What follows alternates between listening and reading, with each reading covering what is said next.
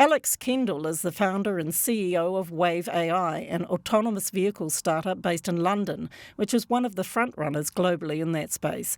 Despite living in the UK, Kendall remains a proud New Zealander, and he recently had a visit from Microsoft co-founder Bill Gates, who went for a test drive in one of the self-drive vehicles. Alex joins me now from the UK. Welcome, Alex. Hi. So let's start with the Bill Gates visit, which is back in March now. How did that come about? Hey, well, look, as you can imagine, Bill remains at the forefront of technology, and Microsoft has been really pushing the boundaries of artificial intelligence. So he was pretty interested to see what the latest and greatest was, and reached out to us to see if he'd come for a ride. It was a pretty surreal experience. We picked him up from his hotel in central London and drove him on a route we'd never been before, but drove autonomously through the heart of London past really complex and dynamic scenarios, and it was an absolute blast. Were you nervous? The interesting experience was I was explaining, of course, how the car was behaving and driving through the heart of London, but also having to answer some pretty in-depth and complicated questions from Bill. It was incredible. He went really deep into the technology from the get-go, and I was pretty impressed by the level of understanding he had. In his blog, Gates described the ride as memorable, and he said he believes we'll reach a tipping point on autonomous vehicles within the next decade. What's your thoughts on that?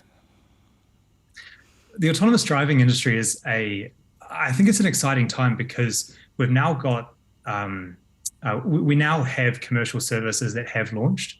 But they're in very constrained environments. So places like San Francisco and some other US cities and a few other places around the world.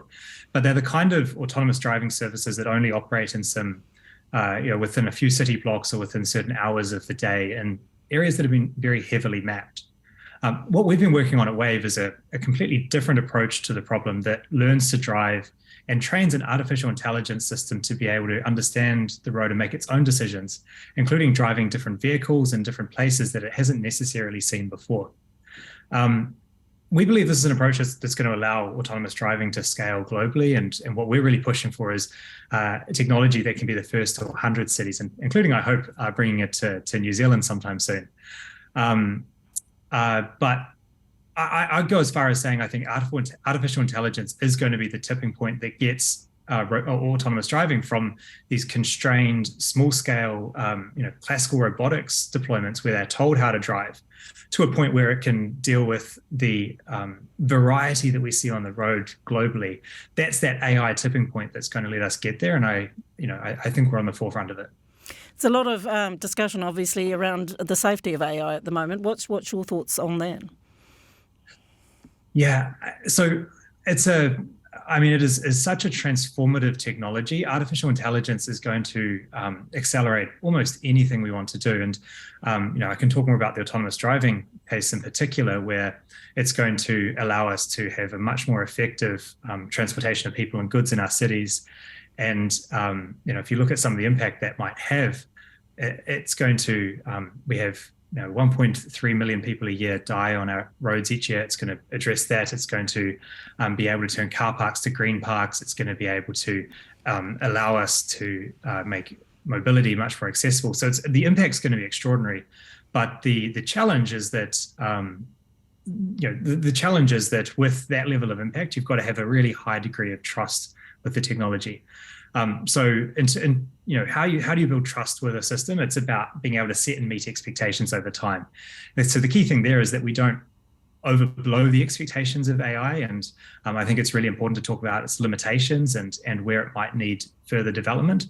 But then also, when it does become to a point where it's really effective, we should be able to safely prove that and be able to have a level of confidence that lets us deploy it safely. That's what's going to create trust and ultimately widespread adoption and value for society. Just wanted to go back to your Kiwi roots. So you were brought up in Canterbury, I understand. Can you tell us a bit about that? Yeah, I was fortunate enough to grow up in Christchurch. I have some really fond memories there and try and get back frequently to visit my family that still live there. But whether it was the sense of adventure I was able to obtain with my dad going to the Southern Alps, or perhaps the friends and culture I had growing up there. It was a treat. Where did you get the idea for your startup? How did you come about starting up a company from it too?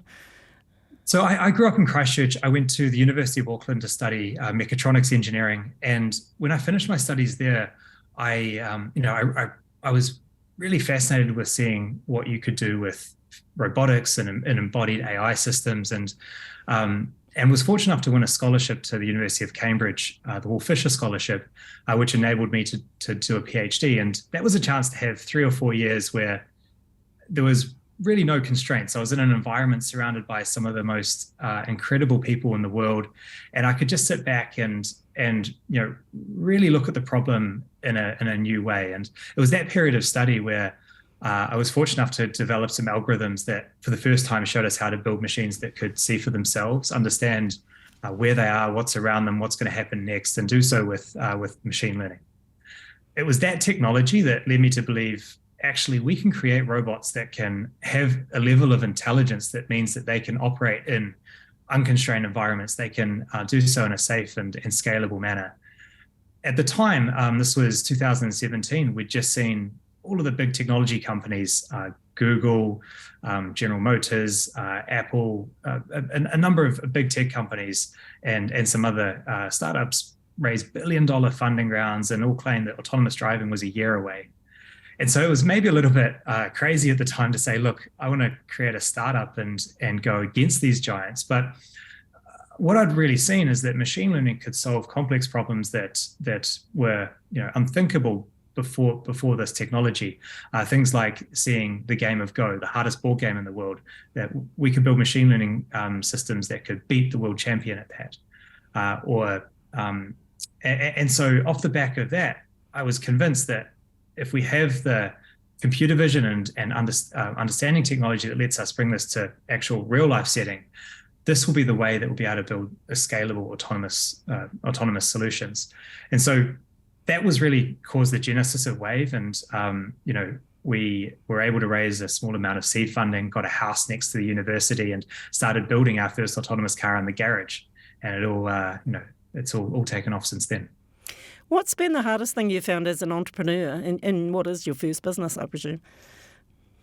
It is my first business. I was fortunate enough to spend a little bit of time in Silicon Valley and saw some of the startup ecosystem there, but it is my first business, and the rate of change has been extraordinary. In the almost 6 years I've been doing this, every year has been a completely different, job for me. At the start, I wrote the initial code and got the robot to start doing its thing. Then it was all about raising funding, finding commercial partners. Today we're fortunate enough to have started commercial trials with 2 of the largest grocery companies in the UK, Ocado Group and Asda. And so we actually have our system trialed doing grocery delivery to residents of London with a safety operator behind the wheel as we're still developing the system. But finding commercial partners, of course, building a team. We've hired a team of 200 people today, and of course ensuring that we have an environment that can really let the incredible people that I get to work with excel. These are all completely different challenges, and I'm sure next year will be different as well. So I've loved that growth, but it's been an absolute roller coaster. Do you have business mentors in to help you on the business jargon, as it were? Look, a lot of it is learning the hard way, but yes, fortunate enough to be surrounded by some incredible mentors, whether that's some of our investors like Sir Richard Branson or Jan LeCun, or people. Jan LeCun was one of the pioneers of machine learning, deep learning, or some other people that have really inspired what we're doing, or people that I work day to day with. I think I really do firmly believe that you end up gravitating to and challenging yourself with the culture of the people you surround yourself with. So I think it's crucial that you end up surrounding yourself with people that align with your values and can ultimately challenge you, and you can learn from them. So that's what I've tried to do. You've described autonomous vehicles as the space race for your generation. Why do you think it is so important? I think it's well, I mentioned some of the things that autonomous driving is going to be able to give society, but honestly, I think if we look at what sets the human race apart from other species in the animal kingdom, it's our ability to create tools. And whether this is the wheel, calculators, X-rays, tooling is what really lets us live the prosperous lives we have today. Um, and if we think about what the next evolution of that is, I think artificial intelligence gives us that next opportunity. A lot of the talk about artificial intelligence, whether you've used some of the large language models like ChatGPT, this is just the beginning. This is these are systems that let you interface with knowledge, search the internet, recommend different approaches to whatever you're trying to do. That is incredible. But for me, the next wave beyond that is going to be embodied AI, bringing AI into the physical world. We live in the physical world, and having tools and machines, intelligent machines that can really go and give us more agency in our world. In the case of autonomous driving, allow us to have more safe, sustainable, and accessible transportation. To be able to trust these machines to really move us around and give us that freedom and exploration that transportation gives us. I think this is going to be extraordinary. So for me, it's the next big opportunity to advance the prosperity of the world, and that's why I'd maybe compare it to the space race. One interesting thing is the space race that happened in the 1960s. It was roughly a decade to get the first human on the moon. The cost of that program in today's dollars was about was in the order of $300 billion. And $300 billion. So it was an extraordinary amount of money and time that went into that. And if you look at autonomous driving, I think in terms of time and money and effort, we're maybe a third of the way into that, but it's just accelerating at an enormous pace now with what we're seeing with these recent artificial intelligence breakthroughs. So there are some fun comparisons you can do, but ultimately I think it's going to have probably the biggest impact on our lives out of anything that we see today. And that kind of disruption, I think you can equate to things like the Industrial Revolution, but it's gonna come at a really exciting pace. So I feel thrilled to be part of it. You talked about the grocery retailers. Where are you at in terms of commercialisation?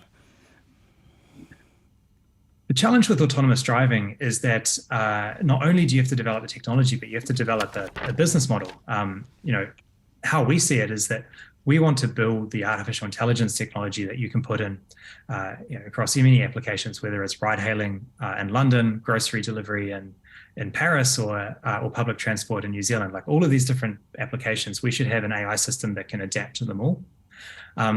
But in order to bring this to market, we need to work with vehicle manufacturers, we need to work with vehicle operators, and that's what we're really building up with these first grocery trials. So today we have systems that we retrofit onto the vehicles that our grocery partners operate, and we do last mile grocery delivery where the grocery is driven autonomously from the fulfillment center to people's homes.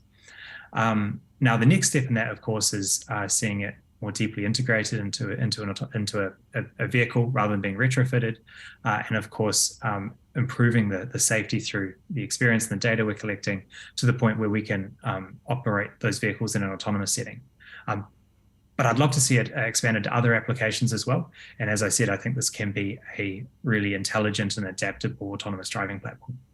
So you've just hired someone to deal with the automobile manufacturers, haven't you, in terms of trying to get some partnerships, is that right? Yeah, that's right. Our team's always growing, and we've recently brought on board a really fantastic colleague, Frank, who's our Director of Automotive Partnerships. But that's going to be an area of growth for us. Do you see this a world where you're going to have consumers driving around or being driven around in self-drive cars then? Yeah, I do. I think so. Consumer-owned autonomous vehicles, they will exist. I think they're going to come after fleet-operated autonomous vehicles, because when you're pioneering a nascent technology, I think it's really important that you're able to operate it in a really well-managed way. And I think the way to start is with commercial fleets. But of course, over time, as the technology matures and as as we get more reliability in the technology, I think naturally that will move to products that are available to consumers. Today, consumers can purchase what's called level 2 or user and command autonomy. It's driver assistance systems that might help you drive along the highway, and you still need to be responsible and liable for the driving, but it might assist you to do the lane keeping or stopping in traffic. But what we're building is a level 4 or a non-user in charge, a fully autonomous system that, when you go in the vehicle as a passenger, you won't be liable for operation of the vehicle. The vehicle will be driving for you. And to be able to, if you want to own that as a consumer, that will exist, but I think it'll come some years later, but very shortly after commercial fleet operations. That's why we're starting there. What's the timeline then for those commercial operations, and then do you think consumer? We're not talking specifically about a timeline for a couple of reasons. I think the industry has put out many quite aggressive timelines around how autonomy is going to get to scale, and it's built a lot of hype and hype cycles in the industry that I don't think have been helpful.